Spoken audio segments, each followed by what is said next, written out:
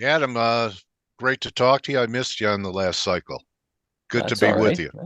Yeah, it's all right. I Yeah, usually have so my camera going on here, but I'll see if it'll you don't fire up have here. to. I'll take mine Oh, off if well, you know, combed my hair for you, people so know. people know. I All can't. right. We would probably want to Uh, see some charts rather than me anyway. all right. Well, why don't we do this? I'm going to come off the air. Why don't we start with what your expectations are for the Fed today?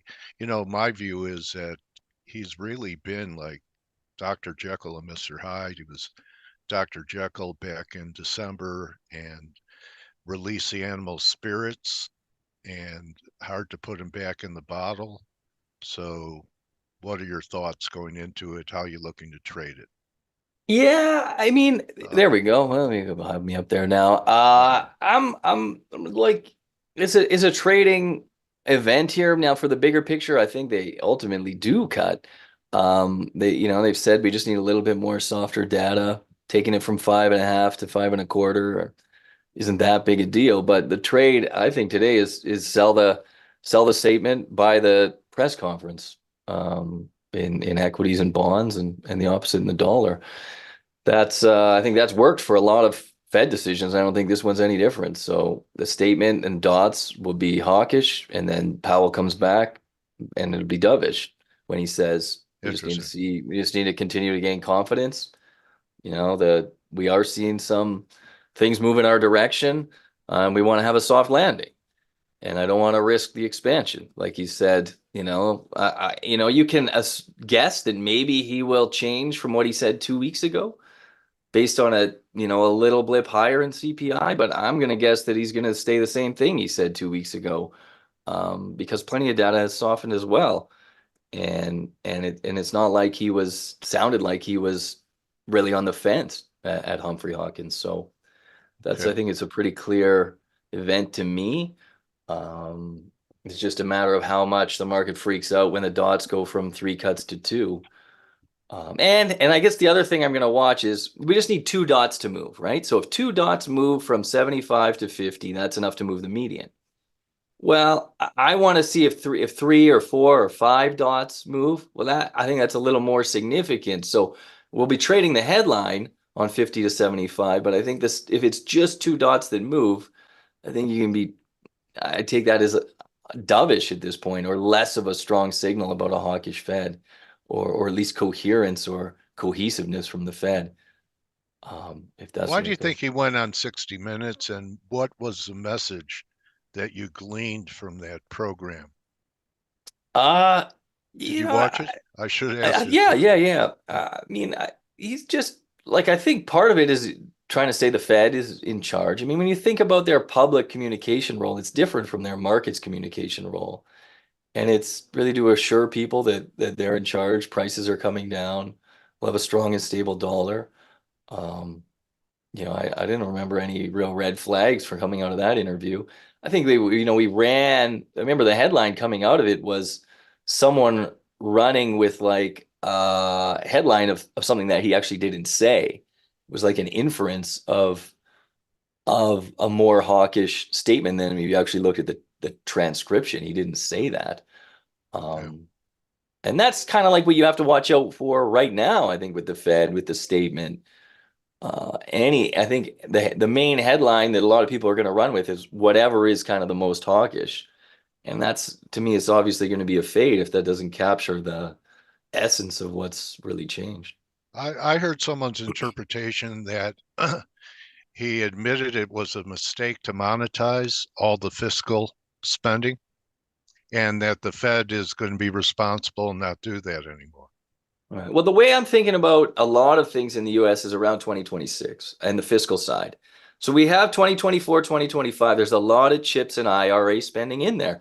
Just today, I mean, Dale's over there in Arizona. I think Biden is in Phoenix and going to announce, I don't know, $11 billion grant for Intel to build a chip fab there. And presumably that's going to break ground maybe late this year, probably next year, and they'll be spending that, right? So you have this tailwind of fiscal spending that's this year and next year. And then it dries up in 2026. And, Okay. the US is running 7, 8% to GDP deficits right now, which is bigger than almost anyone else. I mean, we talk about this US dollar outperformance, and a lot of that's tech, and a lot of that's American productivity, and a lot of the other things that are working for America. But a lot of it is fiscal. And you Right. get into 2026, and we're going to have to make some hard decisions about either on the spending side or raising taxes side to pay for everything in the US. And that's a drag. Whether they cut taxes or cut spending or raise taxes, either one is going to be a headwind for US growth. But for right now, and that plays into what you're saying about the Fed. um, well, will they be there in 2026? I mean, to buy bonds, will they be less likely to go hard on the QE if we do get the economy slowing down in 2026, especially if we're only at, say, 3%? Maybe the Fed think the US hits a rough patch, then the Fed goes from, say, 3 or 3.5, wherever they are in 26, down to 2 or 1. But that's still not enough to reactivate QE. And then that fiscal drag continues for a number of years. So I think that's probably the 2025 trade, maybe H2 2025, to actually worry about the fiscal. Because, I mean, if you think about the fiscal side, it's really only been a tailwind to growth for I don't know how long now, since coming out of the financial COVID, crisis. and Yeah, supercharged during COVID. yeah. So that's sort of the timeline I'm working with there. Okay, so let's talk about some trades. Your last interview, the headline was Adam Button has never been more bearish on Canada. I hate Okay, to make so headlines like that, but here's the loonie in front of you. Look, it's acting pretty good even when the dollar went through a little period of weakness a week before. Really, all it did was move sideways. You have upside targets for USD CAD? Yeah, I mean, I think we get up to that 138 and take a run at that. I mean, oil's really helping right now. We hit the highs of the year last year in dollar CAD, yesterday in dollar CAD. But you had a nice turn in risk sentiment, nice, nice move in oil up to also the highs of the year. So that's helping the loonie. But Canadian CPI was soft. The Canadian data is softening. There is a divergence opening up between Canada and the US. The fiscal money has run out already in Canada. And so I don't think oil can hold it up for, it can maybe soften the blow here. And the Fed, though, I do think is dovish today, so I'm not in a rush to press that at the moment. But again, US growth is going to be pretty good. I was reading an interesting note yesterday from Deutsche Bank talking about the big dollar cycle, and they looked at them all the way back to the 70s in Bretton Woods, and about how the dollar doesn't tend to turn for a long time after the first rate cut. And you don't get a real dollar bear market until US rates are below the G10 median. So it's not, and it made a pretty compelling case that it's not just going to be that first Fed cut, it's the end of the dollar. So again, I do think there's a case to buy dollar CAD and buy the dollar. Okay, Maybe not today. okay. This is pretty good action. I think we could go to 106. 103.80 was a pretty big pivot. It made you money if you shorted the close, and now we're above 103.80, 104 and a quarter. And maybe we have something like this from here would take it up Yeah, there. yeah, it's perfectly reasonable. Maybe consolidate this a little bit longer. Yeah, it's really like I'm not super into the idea that the Fed's going to be hawkish, but if the Bank of England today, so we had to take CPI reports yesterday and today. Canada very soft, UK today soft. At some point Europe's going to ease up, and maybe the Fed just stays a little more sticky for a little bit longer. Even the RBA was a little incrementally more dovish. And I'm seeing the slowing in those economies a little more than in the US. So, So we're maybe the best dirty shirt, and I'm wearing that's a it. clean white one. So what about yields here then, Adam? A lot of people were Well, that's a great chart. convinced that this was the end of the correction. And when we Yeah. got under 420, similar to the dollar, but turned back higher after the CPI numbers. Do you think we could trade 450, 460? A lot of Well, people are what worried a about, spot for it to be in on Fed day, right? And I think some yeah, of that move up was the BOJ, them buying, they're ending Yeah. ending a lot of the easing programs. And I think that spooked a lot of people in the bond market. We got through it yesterday, saw the yen still weak. Nothing really changed that much. But then you had oil pressing on the top, and now you're worried about the Fed being more hawkish. So do you bust through there, right? For, I mean, imagine though, say you get 460, 470. You know right now that the Fed isn't going to tolerate five. I mean, that's exactly when the pivot was from the Fed, is when they Right. hit five. Yep. So if you're Right buying here. bonds at 475, your downside is 25 basis points.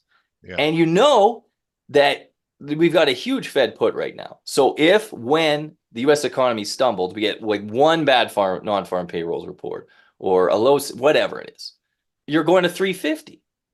So I mean the risk reward to buy bonds, I mean, even now is good. But if we can get that pop up to 4.5, 470, I mean, it's unbelievable.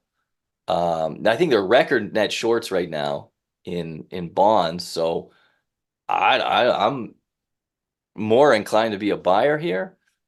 Um, and I just think that's a Okay. wonderful trade. Yeah. So I think we got maybe here's TLT. TLT. Was it A like lot. 8 days in a row lower there into yesterday Yeah. for I the was record? looking for 90, which is about halfway back. So, we could be there in a heartbeat. Some people are looking for it to hold, but this would be a breakout.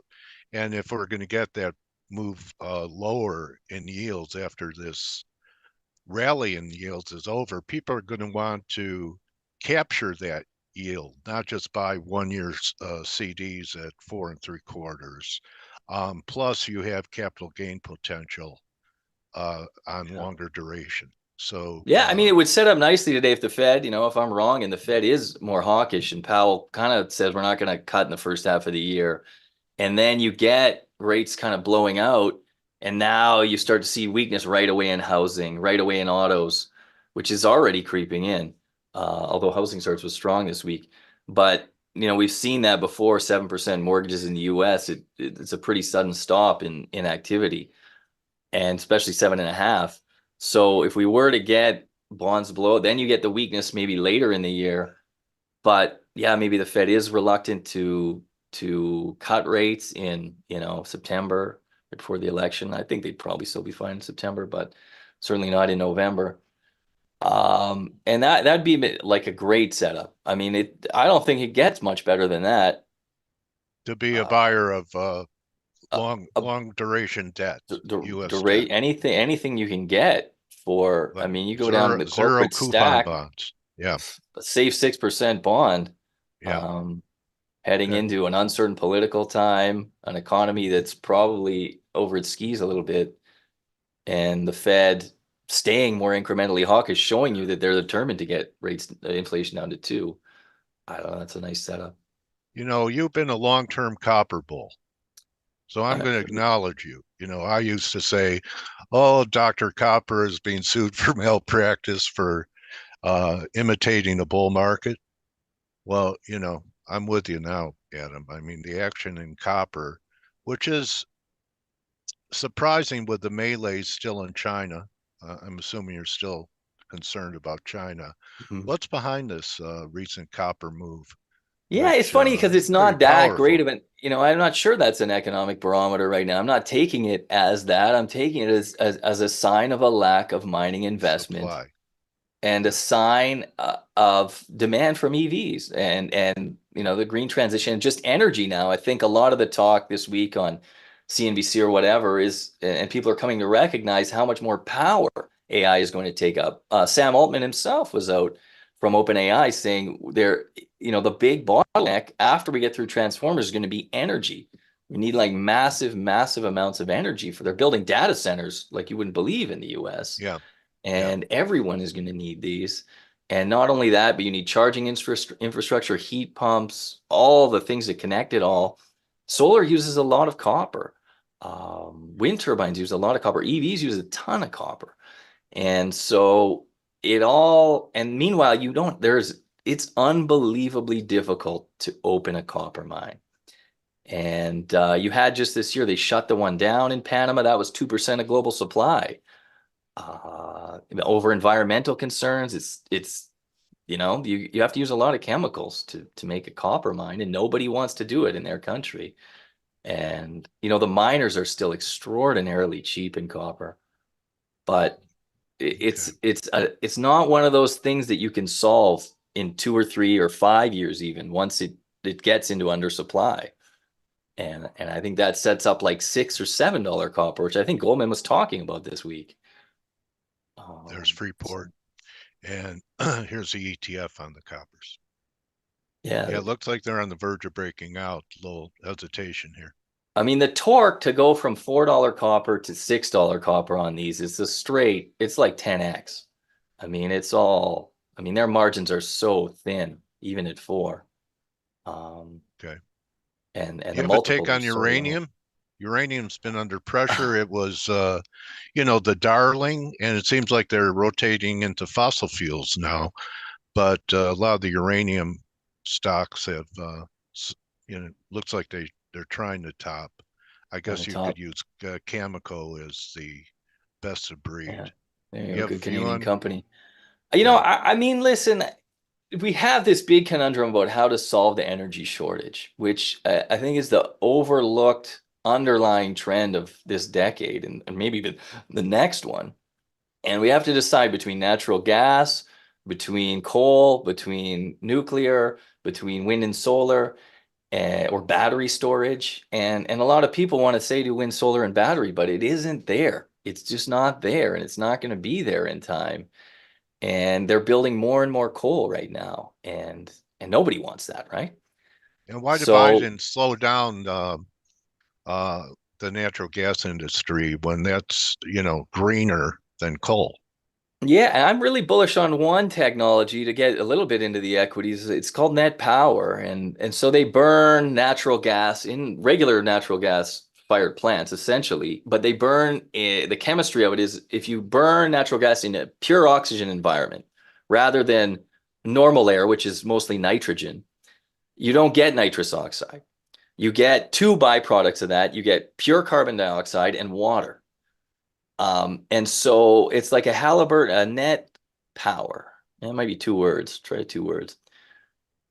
Put a space between the T and the P there, and you might get. And it's sort of backed by some pretty big There you heavyweights. go. And if they can hit it with that technology, for instance, a game changer for natural gas, and you essentially have zero emission natural Wow. gas power. It was a SPAC. Oh, a And SPAC. we'll see. But I think Halliburton owns like 60-70% of the company. Not Halliburton, Baker Hughes. Okay. And it kind of de-SPAC went up, and it's still got the stink of a SPAC on it, but it'll be an internet like that kind of technology, or there might be battery technology. I think the opportunities in the power space. Yeah. And this is probably a 2027, 2028 story. Like they have to prove out this technology that they can do it at scale. And if it does, though, it's like a 50x trade, because the Wow. market for clean natural gas is Huge. gigantic. Yeah. It would be a game changer. So, that I'm hopeful that people will find solution, but nuclear is an obvious one. There is a little more uranium in the Earth's crust, though, than some of there. It's not that hard to find. Then again, Well, um, they've been saying the uranium bulls, there's no supply. And they've been saying that for a while, that they just can't find supply like in Cameco itself uranium. has a huge mine idled. So, I mean, it's Yeah. just that nobody wants to invest in kind of greenfield supply, especially maybe Russia comes back in, that's still getting out, but you worry about that side of it. Yeah. These Well, guys they are found buying some, up all the there's no, supply. I mean, there, they're just there's no stacking it. no better cure for supply than higher prices, isn't there? Because all of a sudden there was must have been some supply that didn't exist Yeah. at the beginning of the year that they're finding now. But energy, it's like so misunderstood about how hard it is to produce electricity. I think California is learning a lot of that right now. Like the bills there are going up huge in California for electricity, and you build so much solar and wind. They have too much of it in the day, but then they're still running Yeah. the gas hard at night when the Yeah. sun's down. So you have kind Yeah. of They just need two, storage. They need that storage yeah. system for the solar. But Um, that's a pretty tough problem to solve, it okay. seems. Well, do you believe this breakout in oil? I know you know, Yeah. I've never seen you bearish oil I get bearish and I've been sometimes. talking to you for, at least a few months. So what's Um, your technical view here on the oil? yeah, I mean that's a nice break. I mean the gold and oil charts are as pretty as they get right now. I don't know, maybe we retest this 80, what's that, 80, I guess, go back to Yeah, there. yeah, I mean 85, I don't think you can get over 90, given OPEC has that supply that could come back. And that we're almost at 90 Brent right now, which might be a line in the sand. And so I think you 85, 87, 88, sure. Maybe you overshoot 90. Big inventory report today. There was yeah. You talk got about 6 million barrel draw, and now people cooled on that because API was only like 1.5. okay. And so maybe it only ends up at like 3 or 4, which I still think is pretty good. Yeah. And inventories are pretty tight. Um, China I demand has talked been I really talked good to recently. Anas El Haji, and he said there's huge increases of demand for oil in Europe, and that is kind of surprising with them being in a malaise. Yeah, I Is would have that heard of that. I mean, you China haven't has heard done that? pretty well this year, Yeah, compared to their bad economy. But Europe, I mean, the issue right now is they're bombing the Russian refineries, right? yeah, So they might be tight for gasoline. And then you decide what Russia will have to decide if it can't refine its own oil, if it just exports it. Um, we'll see how that sorts itself out. But obviously, bombing refineries is not definitely not bearish for oil. okay, But I mean, I like the setup. I think I like demand this year. And OPEC is really what you're worried about if you're a bull, in that they lose discipline. But so far, so good. And obviously, higher prices. I mean, right now, their discipline must be high because everybody's getting, 86 Brent, 80, 81 WTI. yeah. And it looks like shale isn't pumping that hard this year. We might not have any growth in shale this year, um, which is obviously the X factor. All right. So you mentioned gold. Wow. Uh, Great. wow, huh? What do you buy breaks if you get them like back towards the old historical highs?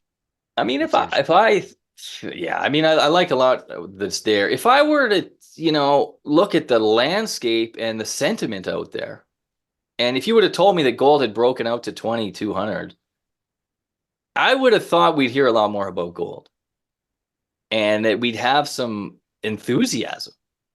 But it's like nil. It's it was, unbelievable. I think that just people are tuned into AI, they're tuned into crypto, tuned yeah, into Mag 7, and there's yeah, just like no bandwidth left for anyone to care about gold, pardon me. yeah. And it's unbelievable to me That's where we bullish. are. It's super bullish to Yeah. have nobody care about it at these levels. I mean, You're not even seeing the silver squeeze guys coming out much, and that was a pretty nice move in silver. I think we'll get a nice pullback to buy into, but it and is one there. of the arguments there, silver, is that retail kind of gravitates to silver in a precious metals bull market, and that makes silver outperform gold once things get going. But it hasn't happened yet, which tells you the retail hasn't showed up yet. And you retail is usually the last to show up, and that's a bit of a warning sign when you get that. And it's the same thing in gold miners; like they're just dead. Like They're not it's dead. unbelievable. If you look at Newmont or Barrick, I mean they're like on the lows, Well, and it I just don't know. I doesn't make mean, it sense. it's been a decent pop in certain miners. GDX acted better. Newmont, which is a big part, I believe, of GDX. You're right, is the weak sister, and but it rallied from under 30 to 34. But look at some of these silver stocks. That was a nice first wave out of the hole. Yeah. I think down here if you bought it, it was a theory. Now you have at least a market stop. Look at this one, I mean, these 140 to guys, I 220. got, That's yeah. 40%. I mean, you can hedge out. It's not a hard market to hedge production in. So you wonder if you can lock in some pretty nice cash flow from these mines if they can control their costs. Um, Yeah. but nobody cares. Nobody Okay. cares. I do. I can't wait Well, that's for, it. That's the this opportunity. pullback. Yeah. That's really a great insight because normally you'd have DSI. I don't know what it is in gold, but after a move like this, it would be 90% Yeah, it's Asia, bulls. right? Like it has to be Asian central bank buying, and you understand why China's buying gold rather than treasuries, and Russia and Middle Eastern central banks, maybe even Latin America. And they're just gobbling up gold. And I think uh, it all makes sense to me that we should have a bull market here. But maybe we need a washout in tech to get that, or we need Fed rate cuts or a turn in the dollar. But Yeah, again, now you just get maybe. paid to wait in the miners. Or, a bear move in Bitcoin. Could Well, Bitcoin that pull too, yeah, back to there 40? is. Could Listen, that's hard to Bitcoin ignore. pull back to 40K? Yeah, I mean the happening is probably a sell the fact, same as the ETF launch was. We were down 20% on that. Yeah. So 40K would be a pretty painful move. There is a lot of enthusiasm right now, so There's maybe it is a little bit 200K. overdone, but Yeah. you're kind of just got to read the room. It's it's a tough room to read too because the moves can be incredible. Yeah, Larry Fink got richer. So why don't we end it with S&Ps? Are we going to 6,000? Like I said today, sell the statement, buy the press conference. Listen, it is pretty good chart right there. I mean, Huh? NVIDIA is incredible. It's an incredible company. It's unbelievable what they're doing. We're gonna have open, GPT-5 is gonna come out this year, and it's gonna be sensational. It's gonna be the stuff they're doing in video and other ones, Yeah. in images. I mean, it's hard to bet against anything that's been driven by that. And I'm Microsoft's a in on it. Maybe I'm a Google's gonna hologram. figure it out. I'm a hologram today. Well, That needs a well. haircut. But Yeah, you talk you to should talk to your maybe AI isn't so good then yeah, maybe AI, why don't you just right now give me a cut? Um, but you have a I huge got Fed put, right? There's just a yeah, gigantic Fed put. And I think, well, okay, 50, 75, who cares? The only thing that matters is if the economy hits a rough patch, the Fed is going to yeah, cut. Like yeah. I don't know when that's going to be, and I don't think you need to know if you want to be long stocks. You have the Fed in your back pocket. It's like an ace that you could play, 500 basis points worth. And come on, that's a lot of comfort to be long. Well, you were talking about gobbling things up, and I always gobble up these interviews, Adam, and you really crystallize things for me. We've been talking probably for 7 years now, going back to FX Street days, and I want to thank you for your giving spirit Well, and hey, that you listen, I you just like the come and conversations, Dale. I, yeah, wish you and you good health and some extra wealth here today for everyone yeah, I listening. could use a little more good health. I've been suffering from headaches for 3 months. So Oh, man. anyway, my headache went away talking to you. So you were a great distraction today, Adam. I want to thank you. People need to follow you at Forex Live, and you know you're one of the best news traders around, and I think you're going to have a great day, and that 2024 is one of your best years for you and your family and your Well, thanks. business. Thanks, Dale. Hopefully they're Okay, yelling bro. in my ear here in the other room. But Okay. it is a heady times here for news trading and economic data trading, and it is what we do, and it's what I enjoy. And the Fed doing it live today, I really relish those opportunities and try to avoid some of the pitfalls. And there have been some brutal moves coming out of the Fed lately Yeah. that sort of run against um, a lot of things, and flows really are a pitfall right now. But it's a fun day and an interesting day and a day filled with opportunities. So thanks for having me on Fed Day. Cash in, baby. All right. Adam Button, everybody. My trading warrior brother. Follow him, check him out, and I'll be talking to you late spring, early summer, Adam. I'm looking forward to it, Dale. All right, my friend. Adam Button, everybody. And you could join the team in 13 minutes on the 12 now on the morning edge. Good hunting, good luck on the Fed. And, keep this in mind.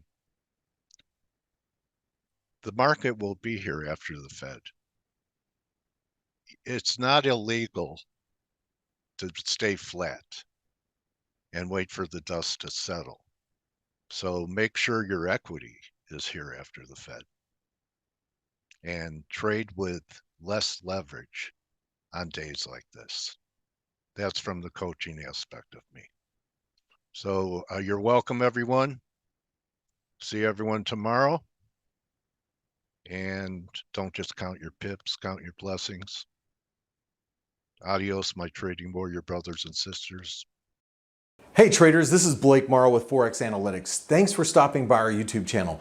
Don't forget to like these videos, share them, and subscribe to our channel so you don't miss any of the content that we provide here for free. Thanks for stopping by. I'll see you in the next video.